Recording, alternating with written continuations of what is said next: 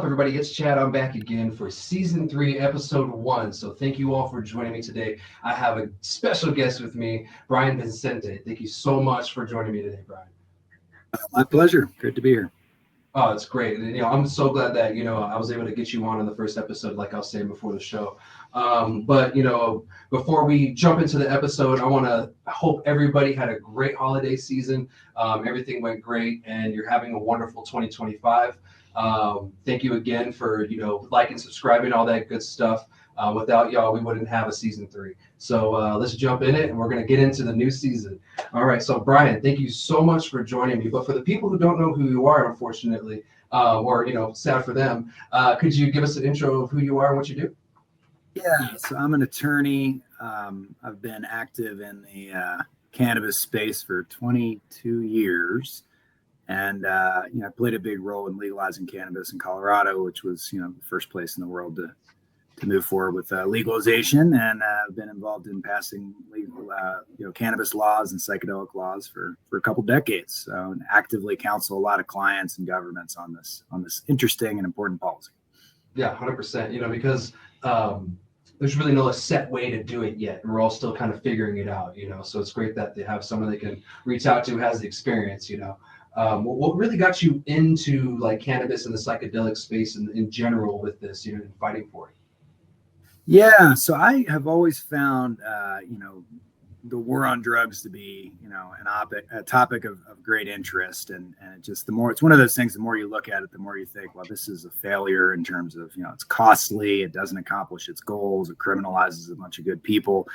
And so when I was in law school, I started to think, is there a way I could work in this space, and there wasn't, this is a couple decades ago, so there weren't like cannabis businesses to represent and legalization wasn't around and so forth. But, and I was actually told it was career suicide by my law school guidance counselors, but went ahead and kind of started working in the space and then, really got to know a lot of medical marijuana patients and other individuals that, cannabis had just been such an important part of their life. And, I've been fortunate to be able to help a lot of those folks over the years.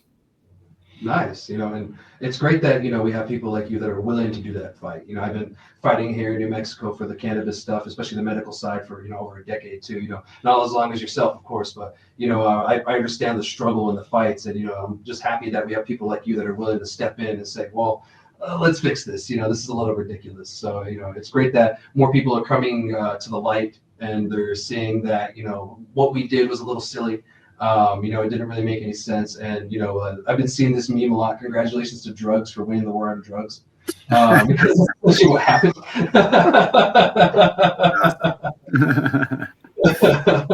The only true winner there. Oh, yeah, 100%. Only the true winner. Yeah, and it's the reigning champion. So, but it doesn't stop there either. So you had a brief stint as in a governor appointed position, correct? Yeah, so I was on the transition team for the Colorado governor, Jared Polis. He was a U.S. congressman, and he's currently our governor up here. And he has been pro-cannabis, since day one. He actually flew a hemp flag over the U.S. Capitol when he was a congressman. And so we got really involved in trying to get him elected in Colorado. And as such, he put me on his sort of economic advisement team. And I, honestly, I had to butt some heads with some people on that team because they were very against the state advertising cannabis tourism and highlighting our cannabis businesses. But of course, they were very happy to highlight Coors and, New Belgium and these breweries. And so to me, that hypocrisy shouldn't stand. And in fact, I'm glad I won some of those arguments. Now the state does devote some of its budget to, highlighting cannabis economy, which is an important and growing area. 100%. And my father's actually from Southern Colorado. So, I spent my whole life between both areas. So, once cannabis became legal and I came back from my government contracting gig in Germany, I was able to go over there and check it out. And, it was really cool. So, I got to really see your work. And, we see it today too. So, we can't thank you enough. And, of course, there doesn't stop there. Of course, what are some things that maybe you've been up to since then? Yeah, so a lot of it was, so I helped write and run the legalization law in Colorado, and then we really wanted to export that model, right? We believed that, we could have tax-paying businesses and employ people and and stop arresting folks for cannabis. That was the right path.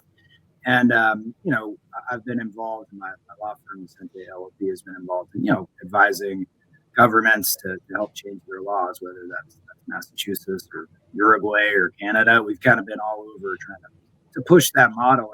And, fortunately, if you think about it, right, it's, 2012, there were 0 states, and suddenly there were 2 with Colorado and Washington. And now we have 24 states, including New Mexico, that use cannabis. So it's a big change in our lifetime, and of course, prior to 2012, cannabis has been functionally illegal for 100 years. So it's great to be kind of on that side of it. So we continue to push to change more state laws, to refine the state laws that are in existence around cannabis, and then try to get, federal changes as well. Yeah, 100%, because, the federal one is actually one of the most important ones. But, it was a good push to start on the states. That's where the real push starts. The states, one by one falls. I was watching it the whole time. And then, I became an advocate around 2013 here in New Mexico. And that's when I really got my feet wet and kind of figured out this whole process. It really isn't that easy. And New Mexico has a unique way of doing it. We don't have voter ballot initiatives here. It's through the legislature is the way we had to do it. We're one of the only few states that did. And that's actually a key difference between Colorado and New Mexico. If you guys didn't know, they have that, we don't. And that's the way you guys passed it, correct? Yeah, so we literally gathered signatures from a couple 100,000 voters and then forced it onto the ballot. So Colorado is one of, I think it's 25 states or so that have that sort of statewide direct democracy. Yeah. And sadly, New Mexico doesn't, but you guys were able to work through the legislature to get it done there. Yeah. And you know what, we found through the legislature, we weren't stuck with what we had. If there was something that was a mistake, we were able to fix it through the legislature. Now, of course, nothing's perfect. There's still things that we need to fix today. But I feel that, we got something better than what we would have from years prior, because years prior, there was some really bad bills. There was one with state stores where they wanted to have state sanctioned stores, but they were going to have a 25-mile radius kind of thing. And I'm like, New Mexico's not very big. That kind of exempts a lot. I mean, kicks a lot of people out. give me the Albuquerque store, right? And yeah, right. 25-mile radius around that baby. Right in the center of the city, you would have been fine. Yeah, but we didn't go that route, luckily, because it wouldn't have worked in New Mexico. It would have been, just as limited as our medical program was, because that was a whole mess and a whole conversation. But yeah, back in the whole thing. Yeah, if you guys didn't know, New Mexico, we don't have that. We have the voter ballot questions, but that's triggered through our legislature. They actually are the ones who trigger that. We don't go through the signatures. However, we do have a veto referendum. So we're able to essentially do the same process that you guys did to legalize cannabis, except for us, we can reverse the law.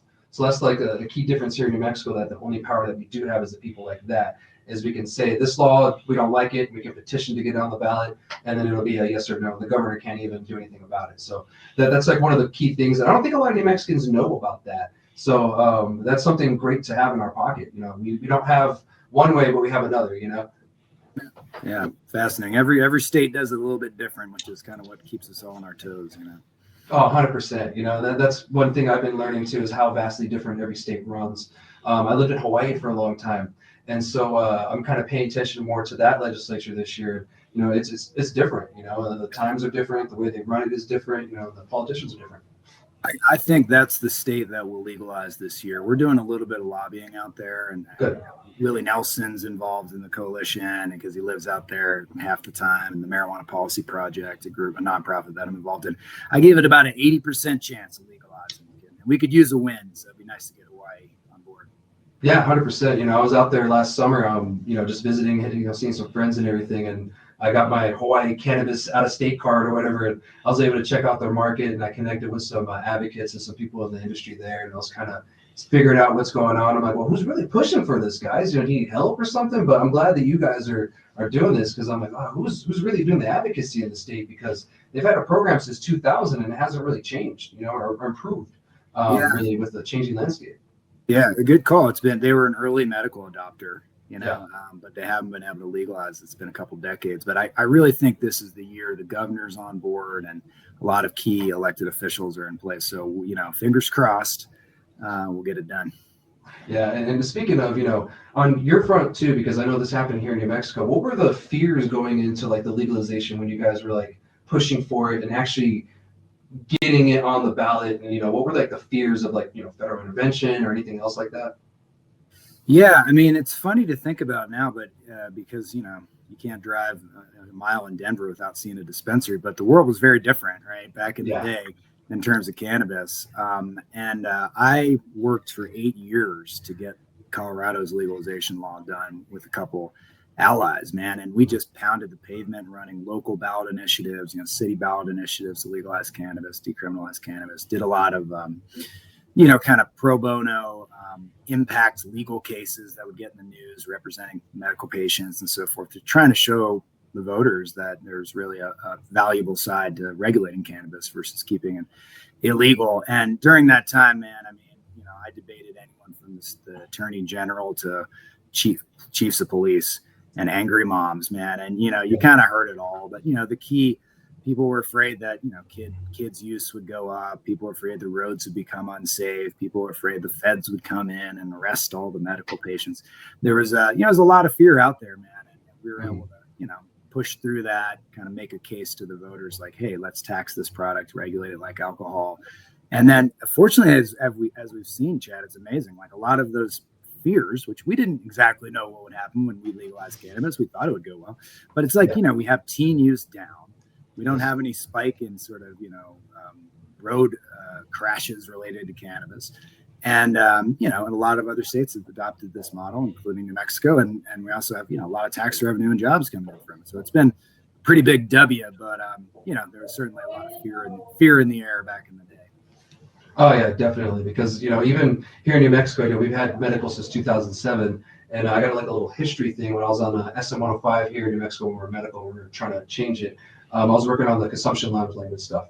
And somebody that was a part of it was giving us history. And there was actually at the Department of Health, they would go through drills in case the DEA showed up to take patients' information. They were doing drills on how to destroy it, how to ensure that patients' information was staying safe. Now, I give it to the Department of Health for going that far, because not many states would have done that, to protect the patients and their information and everything. But, the fear was real. And the real reason why our program was so strict, and it was one of the most strictest in the nation at the time, was because of that, because of the federal intervention fear. And it was real at the time, that it wasn't like, people weren't getting raided, and it wasn't like an issue. It was a real issue. So yeah, those fears were warranted for sure, 100%. But I'm glad you guys just said, screw it, we're going to keep pushing. Regardless, if it passes, it passes. And to maybe make the people in Hawaii feel a little bit better, what was your percentage of passing going into the Colorado vote? Maybe they can feel a little bit better on theirs. Yeah, so we won by a 10% margin, right, which is 55 to 45. And that's been, a lot of the subsequent states that have passed these laws have won by about a 10% margin. Yeah. I mean, it's interesting because if you look back to like the 60s, back in the hippie days, it was only about 10-15% of Americans support legalization, but we've just seen it spike, particularly in the last 20 years or so, and now it's close to 75% of Americans, both Democrats and Republicans, support legalization, and like 90% support medical. So I think folks in Hawaii or wherever, it's like the constituents support this, and it's a matter of getting elected officials to do the right thing. Yeah, 100%. And at the time when you guys legalized it in Colorado, nationally it was like 48%. So still under 50% of favor for legalization. So it's still a bold move. And much one that we needed. And by then, it just helped with killing the stigma. It helped with killing so much stigma. And then you have the Charlotte's Web. You have the little figgy girl. She comes on, and everyone's life just changes because of this story. And then you have that comes out of that whole thing too. And it was just a lot of things kind of fell in the right place at the right time. And we are where we are now. And we have states on the East Coast, the West Coast, Missouri. That's a big one too over there. That one came out of nowhere for me. They legalized it, and they're doing great. They're having a good time. I have a buddy over there, Waxy Brown. He does essentially like what I do, but over there, and they're doing great, and they're having a good time with it. Yeah, it's become a real, it's not a, a conservative or a liberal issue. It's kind of everybody's on board. You have anywhere from Arizona to, Maine. It's like everybody's sort of feeling it these days, which is great. Yeah, but unfortunately, Texas. So I didn't have this in the guide or anything, but what are your hopes for Texas this year? Yeah, what a crazy world. I mean, I would say the largest state economy for cannabis is actually Texas right now because of intoxicating hemp, Yes. right? And this is a state that has a pretty limited medical program, very limited, and no legalization. But what they have is a ton of unregulated intoxicating hemp products. I mean, you guys know this, Chad. Yeah. But, we recently saw the Lieutenant Governor Paxton, who has a ton of power, just last week say, hey, it's one of my top 3 priorities for the year is to shut down intoxicating hemp. So I don't know, man. We'll see what happens. I mean, our goal, we have an office in Texas, and we would like to see Texas legalized because we'd like to see everywhere legalized. Yeah. I don't think it's realistic this year. I don't think it's probably realistic for 5 or 8 years. So that honestly kind of benefits New Mexico from a tourist traffic standpoint. But, eventually we got to get to a place where Texans aren't being arrested and people have access to tested products. But I don't think it's going to happen this year. Yeah, and for the sake of, fellow Americans, I would hope that it happened this year. But I'm the same with you. We're probably 5 to 8 years out when it comes to Texas, which is great for New Mexicans. Don't get me wrong. The Southern Park dispensary owners are licking their chomps right now. Those guys in Carlsbad and Hobbs. Shout out to them, of course. The friends down in Jaw, they're really killing it over there, man. Jaw, New Mexico, down in the corner, they're just slaughtering the competition, and it's doing great for the Texans too, because now they have access. The access that they should have had a long time ago. Yeah, to a tested, regulated product, right? And it's taxed, it's producing jobs in New Mexico and revenue, and it's just the way that the system should be. Yeah, for sure, 100%. Because we're seeing how lucrative that industry could be with this intoxicating hemp thing that is going on there with the THCA and all that, and even other states too, like Minnesota and Illinois. They're really embracing those drinks. And I'm telling people, about 10 years, 15 years down the road, drinks are probably going to be, close to the number 1 consumption method for cannabis for the common user, just for the fact of it's easy. By then the technology will be a lot better, because now we're seeing the nano-emulsification drinks becoming more popular. We'll see more technology on the rise with it. And who knows, maybe the alcohol lobbyists will kind of back off a little bit and kind of start going a different direction, because that announcement the other day was that the Surgeon General saying that alcohol causes cancer. That's a kind of a win for cannabis. Yeah. I think that's really smart what you're saying, Chad. I think there's a very good chance that in 10 years the majority of way people consume cannabis will be through beverages. It's just historically how our country consumes intoxicants. It's coffee, tea, Red Bull, beer, wine, it's all beverages, right? And then you have more and more venues opening up, whether that's consumption use clubs in New Mexico, or bars in Minnesota, or stadiums in Florida that are opening up to intoxicating hemp beverages, which are essentially cannabis beverages. So I really think that is the path. And I'll tell you, man, we work with some big companies, small companies, everyone, but you have Total Wine and other folks that Anheuser-Busch that are carrying these products. They're not going to want to see that revenue stream go away.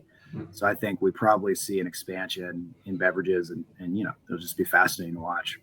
No, 100%. Even here in New Mexico, we're starting to see more and more of the drink thing, and the mocktail thing is kind of helping too, and people really wanting to try non-alcoholic beverages, but instead of going to alcohol, they're going to cannabis too, or not at all, which is fine. But we're seeing that shift away from alcohol and more towards cannabis. For the first time in history, we have more people using cannabis, or adults in America using cannabis, than alcohol. And that's great news, that in my opinion, and I don't know about you, but that's great news. I totally agree, man. And we're here in dry January, so we got to lean into this, but it's the California sober thing. I think it's really taken off, and people are realizing that they can have a good buzz but not wake up with a hangover, and not consume an addictive product in alcohol. So it really, has been a wonderful effect of legalization to watch, as more people substitute cannabis instead of using alcohol, which is certainly a more damaging substance for them and society, right? You have people get drunk and get in fights. Like, no, it's very rare for people to get stoned and get in a fight or beat their wife. It just doesn't really, occur, right? It's heading towards a safer society. Yeah, 100%. Like every time I'm at a consumption lounge, people who are minding their own business, having a good time, or joking with each other. This poor girl, her last name happened to be Santana at the last one I went to. And I looked at her and I said, do you get Carlos Santana jokes a lot? And like, she thought I was going to give her one, but I was just legitimately asking. She said, oh my God, yes, all of the time. They asked me if he's my uncle or this and that. And I just started laughing. I was like, I'm not going to ask. I was just wondering if that happens. And I was like, yeah. That guy's a legend, man. He could shred the guitar. That 100%, I would have owned it. Totally my uncle. Yeah, it's my great uncle. It's my great uncle. Let me have it free. So, but yeah, and I've seen you, through different interviews and stuff, and your other work too. We actually met last year here in Cruces at the cannabis convention. It was great. And one of the things that you've kind of worked and championed recently is the psilocybin thing in Colorado. Care to speak on that a little bit? I mean, that's something new and huge, to be honest. Yeah, it's really an exciting new area, right, of drug reform as well as just medical access, right? Yeah. And I'm thrilled that Colorado and my law firm has been able to kind of, lead the way a bit on this. And, it dates back to, we started similar to cannabis. We have like a playbook, like you got to pass local laws, and then eventually you soften up the public enough where you can pass state laws. And that's what we did. We passed some laws in the early, 2020s, whatever that is. And then local laws around legalizing psilocybin in Denver. And then we ran a ballot measure statewide in 2022 to legalize, essentially natural healing substances, 5 of them, including psilocybin mushrooms or magic mushrooms. It's also peyote and ibogaine and DMT and some things like that. And it won. Right. Yeah. So we're thrilled about that. And then we've been involved in the drafting of regulations since then. And it's kind of broken into 2 parts. I mean, adults 21 and over can currently grow and possess these substances, largely psilocybin mushrooms, but other stuff as well in their homes. And then as of just January 1, so very recently, the state has started licensing healing centers where adults can go and purchase psilocybin, use the product on site with a licensed facilitator, which could be a medical professional. It could also be a spiritual healer or a life coach type thing, and kind of have the benefit of that. And I'll tell you, Chad, in the process of working on this, I got to know some people that, they had treatment-resistant depression, they had just incurable alcoholism, and psilocybin really opened these doors in their mind that allowed them to move past that and basically save their lives. So, the fact that we're going to be able to have those services, available here in our state is wonderful. And, I was actually just talking to our practice head for psychedelics this morning, and he thinks New Mexico and California could be the next states to turn this way as well. So, could kind of mushroom out, if you will, from here. Yeah, well, I'll give you some good news. I've been working with a group to do this exact thing here in New Mexico for about the past year and a half or so. Last year, I was working with them, and we got the SM, is it one? I forget the name of it, SM12, I think, or 11. And it's a study bill between the Department of Health and UNM, and it passed unanimously in the Senate. So even one of the most conservative senators who was fighting cannabis tooth and nail just before this was all for it. And it's because he saw his friends at the VA. I'm a veteran myself too, so I understand this. Saw his friends at the VA get benefits from psilocybin just even using one single dose, of a macro dose. And so he was really motivated by this. And so he worked with one of the most liberal senators in the state on this matter. They worked together, and in the end, there was about 4 different sponsors of this from both sides of the party spectrum. And it was really great to see that because no one voted against it. And so now we're here a year later. And that was a Hail Mary. We got that done within like 3 weeks. I was up there trying to pull senators off the floor to try to get it sponsored and everything. And luckily, they found one to do it in the end. But this year, we're going to go with that same senator sponsor. And we're going to maybe see a psilocybin bill most likely going through the legislature. I think we're going to kind of go the route that you guys are going for the medical side, not yet the adult side. So I think that was one of the things that I picked up while we actually did a town hall in Santa Fe with this, and I do the cannabis town halls around New Mexico too, and so I helped them with this. And one of the key things that we got from the data is that when we legalized cannabis even medically, we kind of just said good luck, have fun, figure it out. But with psilocybin, it's a little bit different. It doesn't affect you like cannabis does. It makes you see Jesus and Muhammad at the same time. And so a little more powerful, yeah. Yeah, a little more powerful. So we're kind of taking more of okay, let's go a little slower with this. I think one of the ideas might be to have the on-site thing kind of thing going on, but we'll see what happens. I like that idea too, to have like an on-site kind of thing, and I think that's been the consensus too with a lot of people. Is I want to be able to have someone essentially trip sit me. I want to, especially for someone who's never done it before. Like for the people who are experienced, we get it. But most people that are going to be joining this program are people who've never done it before, people who are really desperate in need and are seeking help in some sort. So I hopefully that is kept in the bill, that kind of motivation of it and all. But we'll see. And time will tell. Right now it's pre-file and there's nothing in yet. And we're probably still working on the bill.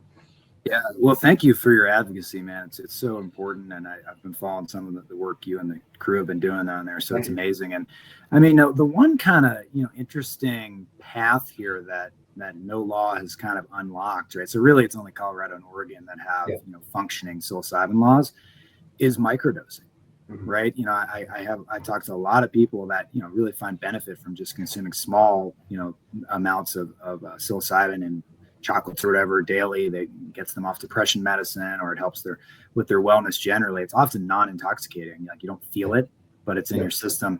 But that's not legal to purchase under Colorado's law or in Oregon's. So it's like that just could be something to try to figure out, and we all need to figure it out because there's legitimacy there. But the way we draft the law is like you got to pass something that'll pass. Like you can't shoot for the moon right out of the gate. But that's just an interesting angle as well. Yeah, it is, and who knows? It might change, and we might go another route because I'm the same way. I'm a big proponent for home grows. I've been growing cannabis myself for years, and I feel that if you have the means to grow psilocybin at home, why not? And if you can supply yourself or whatever the means may be, most people that do want to grow it at home are a little more experienced with it versus ones who are the other way. So if that's the case, I'd most likely throw my hand in the my hat in the ring and try it myself. But until that time comes. But I have tried microdose as well, and it's helped me myself too.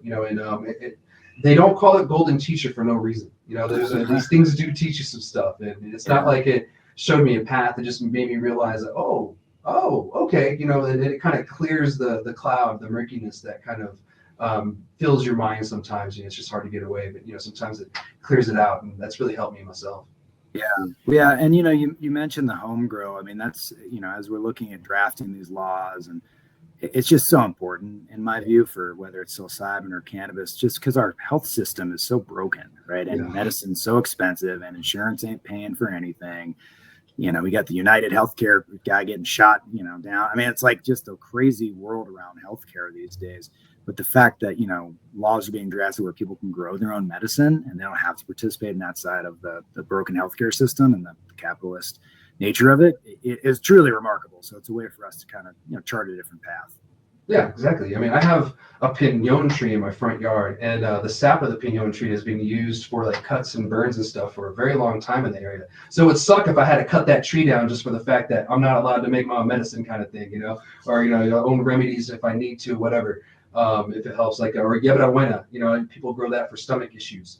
I grew up drinking that my whole life, and I still do to this day. It just tastes good. But yeah, it just tastes good.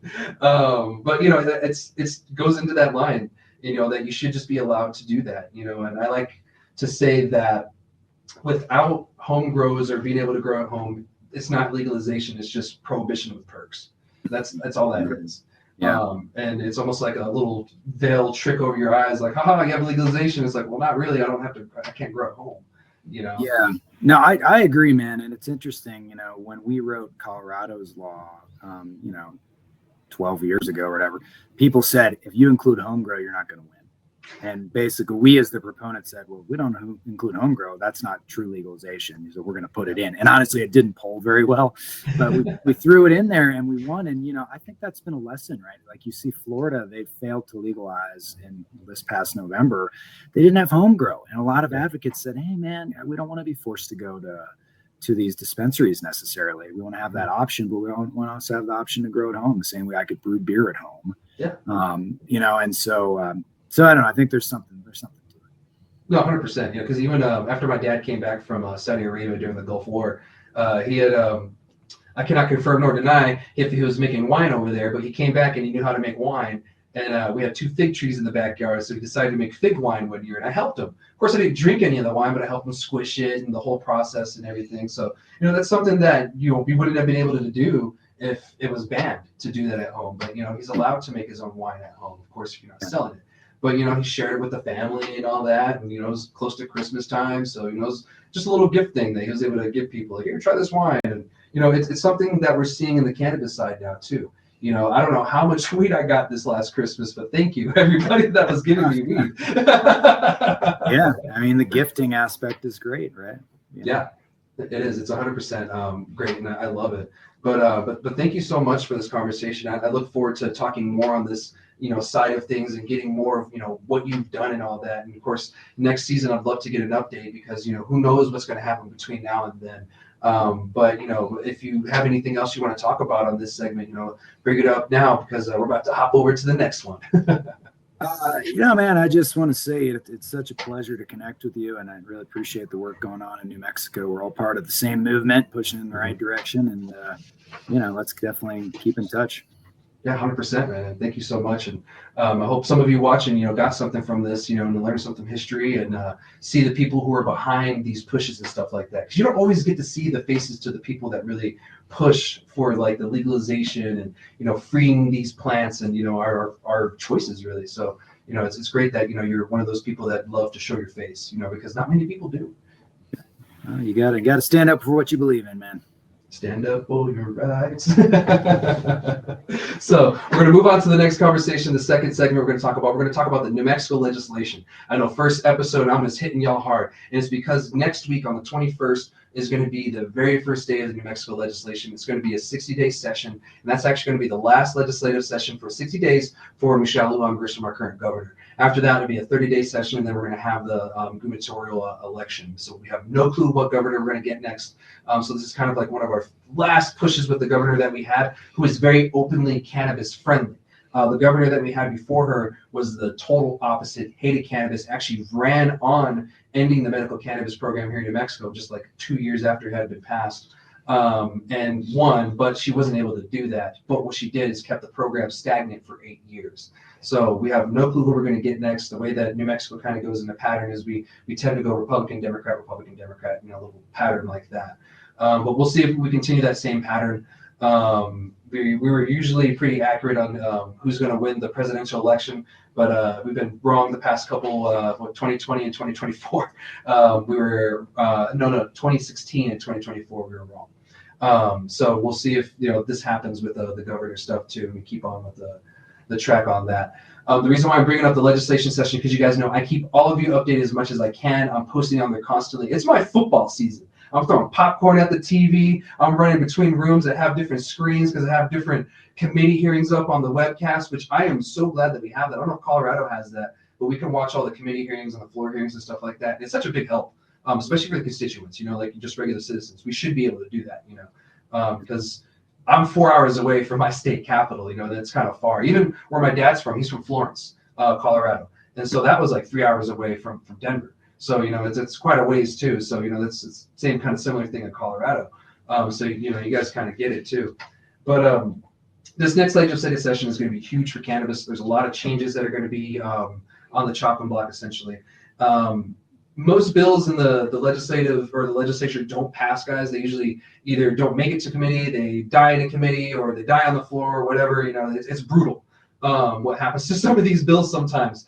But we're going to be seeing a lot of different things going on. We're going to see drive-thrus attacked. I don't know if you knew this past or last year, they tried to get rid of our drive-thrus, and myself and 2 other guys in the industry went up to Santa Fe and were able to talk to some senators to kind of sway their mind to change them a little bit because, it doesn't make any sense to close cannabis drive-thrus when they haven't posed any risks or any known issues in New Mexico. It's all fear-mongering. And then, there's a lot of small businesses in New Mexico who have actually set up what they're called shacks. They're just little small buildings. They're drive-through only, and that's their business. Their whole business model is that little shack. Other producers have found that it's easier for them to put a little shack in front of their production facility and have people walk up, buy the product and walk off, that way. It's people have found creative ways to go about and make sales here in New Mexico, and we're kind of taking that away from them over just fears. Because right across the street from a dispensary here, not across the street, right next to a dispensary's drive-through here in Cruces is Walgreens, and they're slinging fentanyl through a window. So like, yeah, you can't tell me that doesn't scare people more than just cannabis going through a window. You know what I mean? Like, it's a little bit ridiculous. It's one of those double standard kind of things. Something we're going to be fighting. Yeah, and you can also buy tall boys of alcohol, right? Well, you're from a drive-through, and you're like, it's not a good idea to drive with that, Yeah, exactly. New Mexico, we I forgot you can still do that in Colorado. They got rid of that here in New Mexico in the 90s, and actually that's what why they're trying to do that here in New Mexico for cannabis, is because they got rid of it in the 90s. One of the senators, he always gives that story of, I lost a girlfriend in high school, unfortunately, to a drunk driver, blah blah blah. It's happened 40 years ago at this point. And he still gives that sob story with the cannabis thing. And I was like, dude, cannabis wasn't legal then. And even then, like, we're not seeing an uptick of like cannabis causing crashes or anything like that. Like, the only thing I saw was a kid got into a car wreck because he was street racing and he had used cannabis the day earlier. So like 6-7 hours earlier. And so it was in his system, obviously. And so he got a DUI because of it, because he admitted to using it the day before.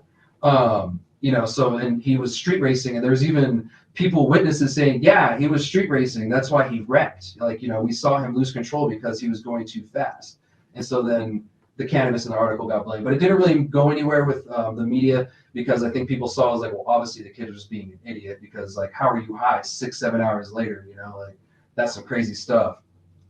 But that's going to be one of the things that's on there. That's going to be a fight. Another thing that I'm excited for, actually, is we're going to be doing something called, hopefully, picnic licensing. We're going to allow like cannabis events, like consumption at events and sales. That's something that we're pushing for. I don't know if it'll go through. I think we have the backing of the CCD to do it. And so that kind of helps. But I hope that really does happen, because New Mexico is such an open state. Our down here in Cruces, our winter average is 55. And so, we can do outdoor events all the time, like you can do it almost all year. And so it just makes sense. It's open space. The fairgrounds here in Cruces is out of town, like out of the city, so there's really no worries on that. And that's how it is a lot of places in New Mexico.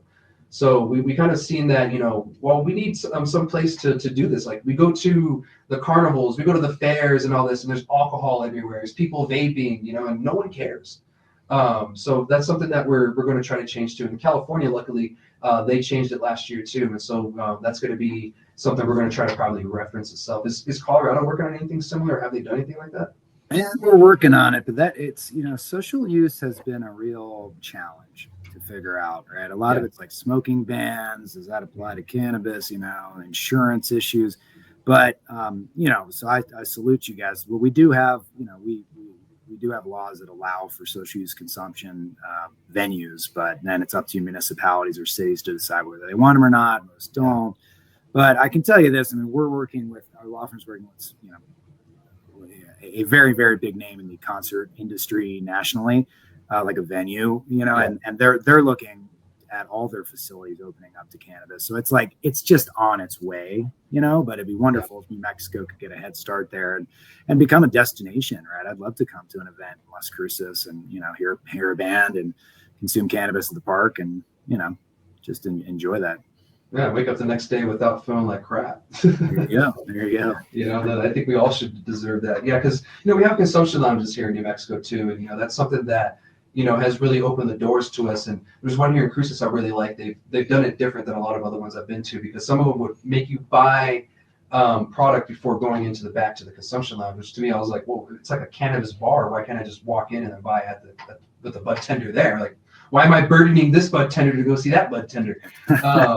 So they just let you walk in, of course they check your ID, and, do you want to buy here? Do you want to buy in the lounge? I'll buy in the lounge. You go in the lounge, you hang out. You're not forced to buy anything. They have food options. They have, water, soda, of course, cannabis drinks. They have, $5, 2 for $5 dabs, I think, at happy hour.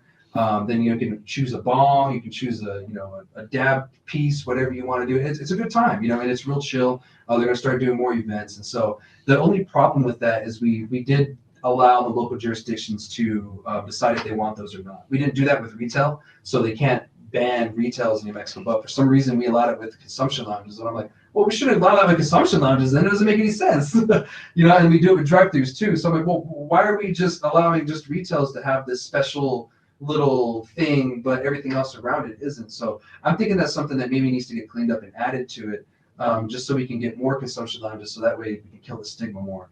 Because I'm from one of the most conservative cities in New Mexico, Otero County, just an hour away from here. And I would guarantee you they would have voted no for retail spaces being there. But that's been a very lucrative business for a lot of locals over there. Actually, my cousin works for Munchies, and they've been a really great employer for him. And he wouldn't have had that without the cannabis industry being there. Like the only thing really there for you is the hospital or the military installation. That's like really only two options for employment over there. So it really opened it up for more people. So that's great to see. And then, of course, one of the most controversial ones that I'll bring up is there's a talk about pausing or closing licenses here in New Mexico due to people are fearful of an oversaturated market. Now, there's controversy over that because there's people in New Mexico who obviously feel that way, but I feel there's more who feel the other way, that they want it open. Especially due to my data that I've been getting through the town halls, that it doesn't seem to be anybody's priority. What the priority seems to be is they want more enforcement. Because if we just close licenses and we don't fix our enforcement issues that we're having, we're just putting a Band-Aid on an affected wound, and then we got to cut off our arm. When we could have just cleaned the wound or got something to help it, or did something to fix the wound before putting the Band-Aid on. And I kind of feel that isn't doing anybody any service. And we already have something set in place in our CRA for this exact thing. It's just the Cannabis Control Division hasn't done it yet. And I don't know why. And it says it clear as day in there that they're supposed to meet every year to rebalance the plant count, but it's been at 20,000 plants since 2022 when we went open. So I don't know if that's something that the legislature needs to talk to the CCD about or something, or maybe ask them, well, have you tried other methods? Because we already have something set in place. Why are we trying to recreate something else to take that place? And they did this so that way we wouldn't have to go this route. So that's something that we might see. And the reason why we might see is because there's a lot of big cannabis MSOs and everything that are pushing for that. Most of the local mom and pops, they want an open and fair free market. And to me, it really just stifles the young entrepreneurs, really. Like the kid that's 20 right now that can't get into the industry. He wants to be an entrepreneur. He doesn't get that opportunity, unfortunately. And my question is too, does this also apply to the consumption lounges? Are we just going to see a ban on consumption lounges too? Then that kind of worries me, because that has opened up access for people who can't smoke at home. We have a lot of Indian reservation or native reservations here. We have a lot of military installations here. Yeah, the military members can't use, but their spouses do. I know this firsthand. And so there's a huge demographic that we're forgetting about, and that we kind of try to bring in. And those are the kind of things that are on the chopping block so far. And these are kind of just some popular ones, but there's going to be a lot. We're probably going to see a lot of cannabis bills in the legislature this year. How's Colorado going to look this year? Yeah, I mean, there'll be action here too. I don't think there'll be quite as much as going on in New Mexico, but it's very exciting, all the stuff you have moving and shaking down there. I'd also be curious if any of the border issues get taken up down there. I've had a number of clients, and then just colleagues get pulled over while shipping, driving around with state legal cannabis in New Mexico by the federal, border patrol. And I've never seen anything like that, at any other border issue, any other borders in the United States, right? We don't deal with that in California, the southern border. We don't deal with it, in Minnesota, right? With the Canadian border. So it's sort of like, it really feels like New Mexico is being picked on. Mm-hmm. And I know your governor's been pretty vocal on this, but, I don't know if the Trump administration can get involved. I just don't know exactly the path. I believe there's a lawsuit going on, but that could be something that's addressed at the Capitol too, is like, how do we make sure that our, state legal businesses aren't harassed by federal enforcement agents? Yeah, and unfortunately, Mayorkas, or the secretary of DHS, hasn't been helped either. I think you've heard the audio or seen the articles with his conversation with the governor, pretty much telling him, oh well, they make a lot of money, and they're pretty much just giving us the FU. And I've been dealing with these border checks my whole life, and I've hated them my whole life. They've done more harm to the local citizens than good. And a lot of the times, we just hate them, because like the other day I went through to go see my parents. It took me 15 minutes to get through the border check because it was backed up for I have no clue what reason. And And New Mexico Department of Transportation is actually supposed to ensure that that's not happening, because if it backs up enough, it gets into the highway where it's 75 miles an hour, and that's actually dangerous. And it becomes they're blocking the highway essentially, when they're supposed to be getting us through as fast as possible. So we're already seeing some games being played at the borders. I got a picture the other day. It happened at one of the other borders near, because I'm sure here in Cruces, no matter what direction you go, you're hitting one. And we're the only borderplex in the nation, come to find out too. So I think that's one of the reasons why, is the fact that we're a borderplex. And Highway 54 is one of the most trafficked highways in the whole nation, just for the sole fact that it goes up from El Paso to Alamogordo, then it goes to Carrizosa, and that's actually the vein that people use to get to Colorado. And you can go to Oklahoma, then eastern New Mexico, or eastern Texas, or western Texas, and then you can get to the rest of the other nation from there. So it's one of the most highly trafficked areas, and so I think that's one of the reasons why they're trying to really crack down on it. And one of my friends, she actually went through the border today. She went to Mexico. That's where she's from. And they were actually asking her if she's seen any of these people. And they were like, the America's Most Wanted. I gave it to her at the border. Yeah. So there's some weird stuff going on. There's weird stuff going on in the area, dude. And it's I don't see it getting any better when it comes to this border issue. Because I don't know who's going to be coming in to replace anybody or who's staying. What we could do is we could have a memorandum of understanding with the Border Patrol. We did have one at one time, but not anymore.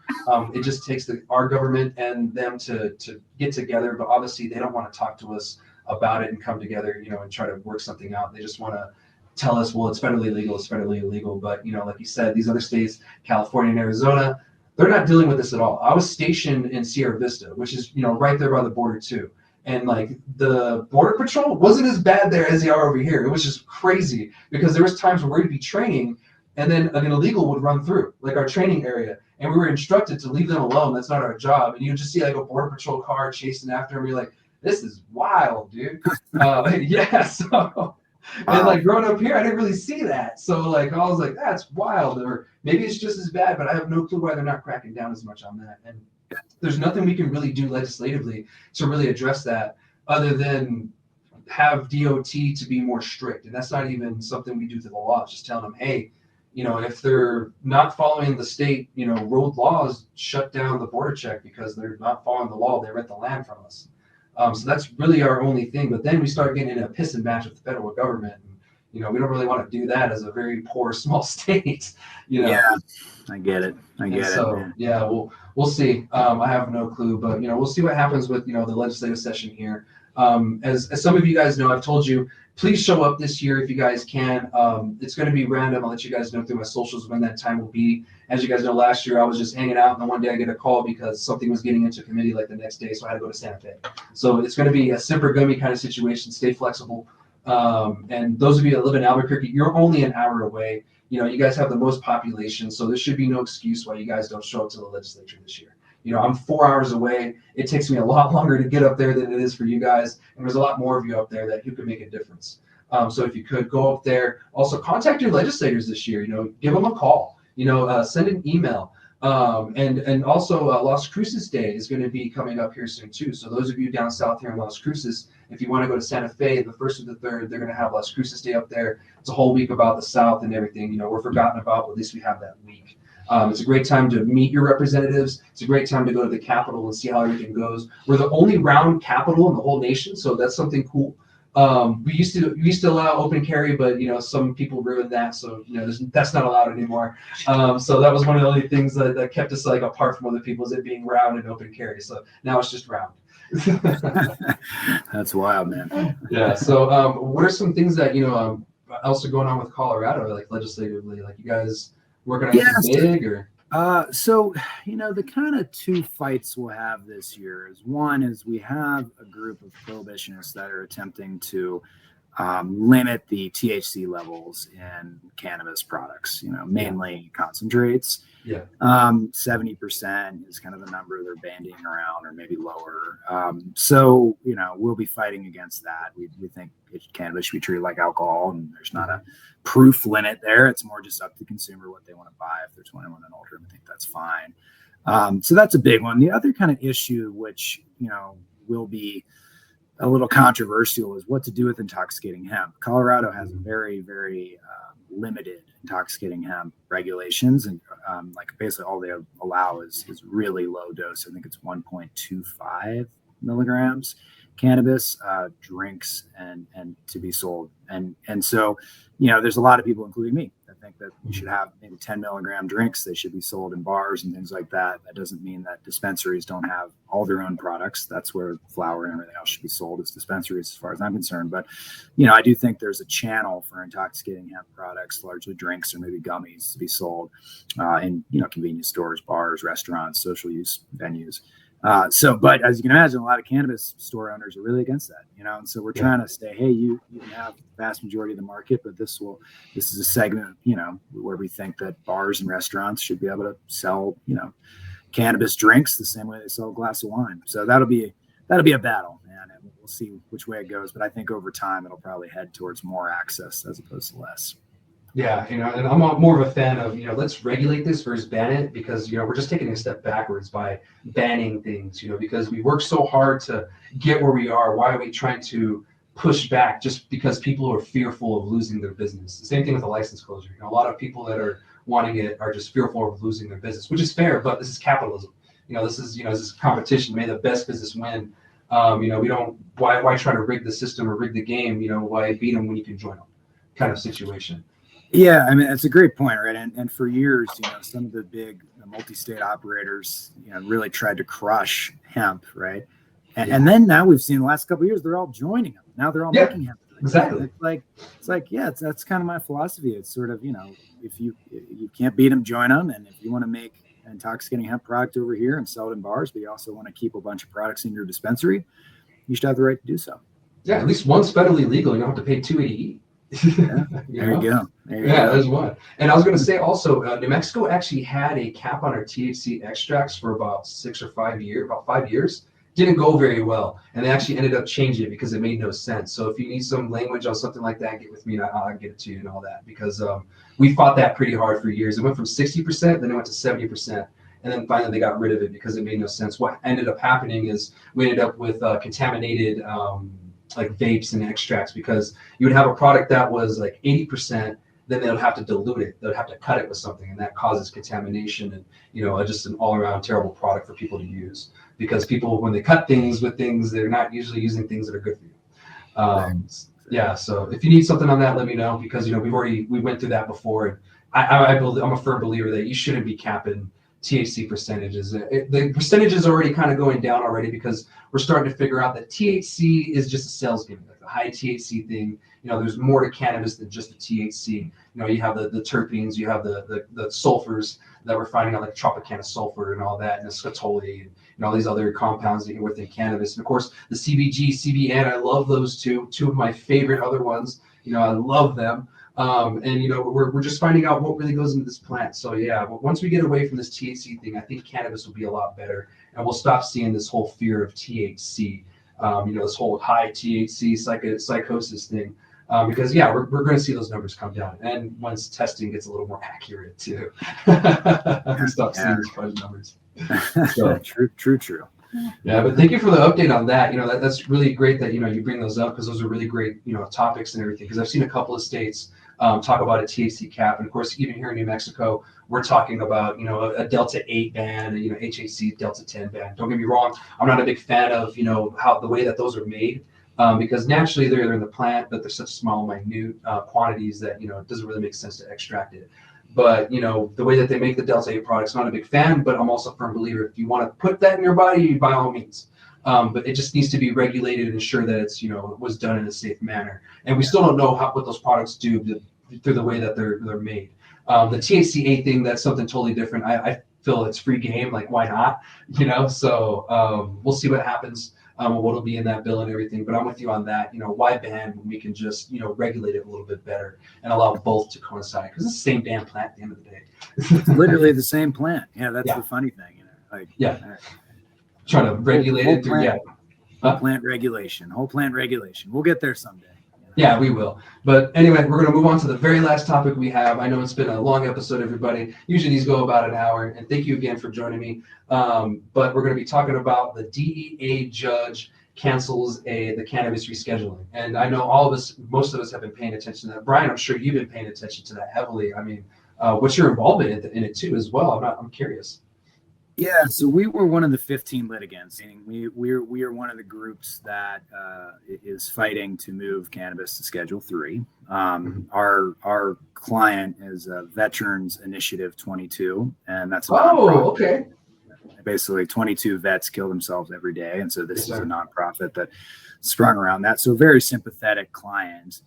And we're playing kind of an advisory role with them. They have other attorneys as well, but so we were pretty excited for these hearings to begin, and then we're somewhat dismayed yesterday when the judge decided to postpone the hearings on whether to reschedule or not somewhat indefinitely.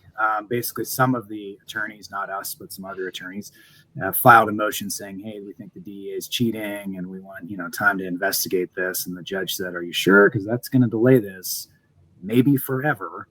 And they said yes. And so now then the judge granted that. So now I'm hopeful that we'll see our day in court to try to push to Schedule 3 later this year. But it's sort of, it's really thrown a curveball at this whole issue. And I should say Schedule 3 is not my perfect choice. I really think cannabis should be descheduled, but I do think it's a massive step forward if we could get it done. Yeah. I agree. It is a huge step forward. We will end up with essentially 3 different industries, but right now we already have 2, which is, already confusing. But it is a good step in the right direction because eventually, we will get to where we need to be. And hopefully we can consolidate everything at that point so we can stop having this infighting between hemp and regular cannabis because it's getting a little ridiculous now. The way that people are fighting about it. I'm like, guys, like we just said, it's the same plant. But I'm glad that there's people like you who are willing to fight on that federal level and everything that can and will, because I've been watching it. I've been updating everybody, that watches my show on this. So I'm glad that someone that's directly involved is here that can, pretty much tell us what's going on and answer all these questions and everything. Because we have been noticing that, this doesn't seem like it's fair. And, I made a public comment on there. I debated, requesting to see it, but then I saw people were getting, discriminated against, especially the veterans group. And that pissed me off personally.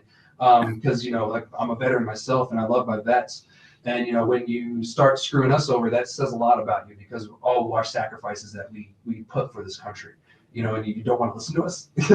So, it's great that you guys are willing to fight. And you know what? I'd rather it get to where it's at now versus them cheating and it being seen as something harmful for who knows how much longer. This may extend the timeline, but the timeline we were on before was never going to happen. So, at least we're on some kind of timeline now. But, we just know it's going to take some time. And I thank you guys so much. I mean, is there any kind of updates that you want to give everybody about this so far? Well, I mean, it's definitely the biggest thing to happen with cannabis at the federal level in 50 years, right? So it's a giant deal. And, the Biden administration kind of threw us a bone and said, we'll give you a hearing. Now that hearing's been postponed, right? And so it's really kind of like, will we have a new head of the DEA? Like Trump will probably appoint someone soon to take over from Ann Milgram, the current head of the DEA. Will that person be pro-cannabis, right? Hopefully, but who knows? But they will play a big role in this scheduling hearing when and if it happens, right? And then there's, a lot of, enthusiasm or mixed feelings about the incoming administration. Will Trump make this a priority? Some people have been on the record saying absolutely yes, Curaleaf and other big MSOs, and some people are very concerned about whether this is a priority for him and his administration at all. So, it's just a bunch of curveballs these days. But I guess the good thing is we are having a conversation at the federal level, and for years they kind of blocked us out and said cannabis bad, don't talk to us.